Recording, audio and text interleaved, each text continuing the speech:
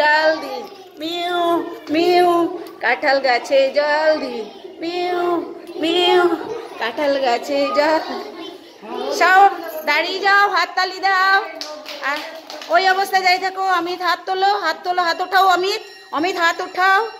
দেখুন গাছের আজকে শেষ পর্বে ওরা গাছ, একজন গাছ হয়েছে, আর এই যে বাচ্চাগুলো কাঁঠাল গাছে কাঁঠাল হয়ে ঝুলছে, বাকি বাচ্চারা গাছের যত্ন নিচ্ছে, জল দিচ্ছে।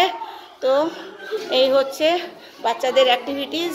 এতে বাচ্চাদের শারীরিক বিকাশ হয়, মানসিক বিকাশ হয়, ভাষার বিকাশ হয়। আজকের ভিডিও এখানেই শেষ করছি। সবাই ভালো থাকবেন।